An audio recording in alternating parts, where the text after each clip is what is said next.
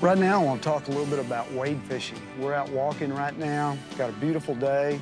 We're having to walk into the wind a little bit because of the angle of the sun right now. It's kind of, the wind's out of an odd direction, but it's not so high that we can't cast into it. So we got the sun at our back, which gives our sight an advantage. So we want to be able to see better and not worry about the cast so much. The wind's only blowing about 10 miles an hour.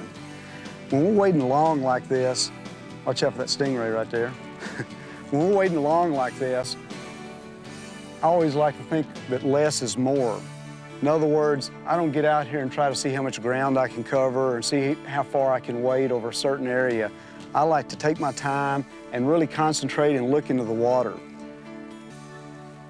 Particularly after you've seen some fish, the best thing you can do is stop walking.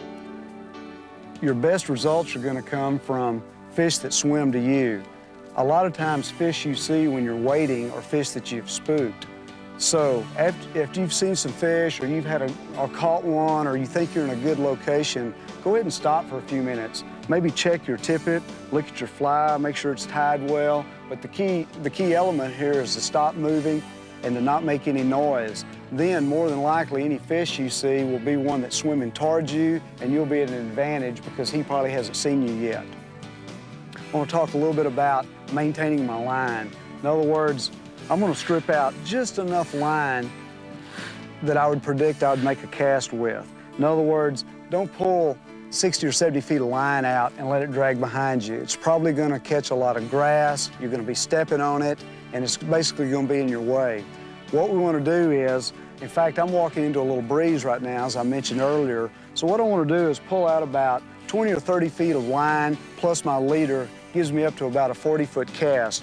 There's probably no way I'll be making a longer cast than that into the wind like this. So I've kind of got it draped behind me.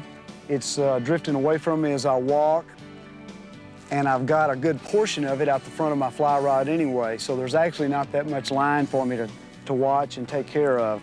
If you don't like dragging it like that, of course, you can always use a stripping basket. But what we're going to do is keep about 10 or 15 feet of line out of our rod and hold our fly in one of our hands, probably your left hand if you're a right-handed caster. So what we want to be able to do, just like in a boat, is to be able to make our first move with a roll cast. So with that one move, I can put my fly probably 20, 25 feet in front of me. Pick it up, lay it down again, add 10 feet to it, and you're almost there. The worst thing you can do is probably have all your fly line inside your rod. And it seems easier, and you might think it's the thing to do, but it's always a good idea to keep as much fly line out of that rod as you can easily maintain as you're walking.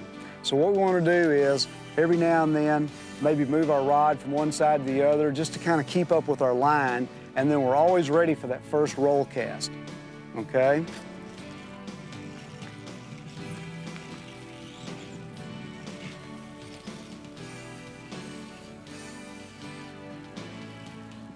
Okay, I just made a cast and nothing happened. I want to cast again. So what I'm going to do is, I'm casting into the wind a little bit again. So what I want to do is strip in just enough line that you think you can pick it all up and recast it. I swear to goodness, these fish can see this fly line coming. We've had several fish spooked today before the fly line ever got near them. So a key element here is to not make a whole lot of false casts, because that just looks like a cable going across the air in front of these fish. So that's way too many false casts. What you want to do is, assuming that was a cast you don't want to use, strip in just enough line, slowly pick it up, and get it out of the water as late as you can, and you can probably lay it right back down where it was in a single cast.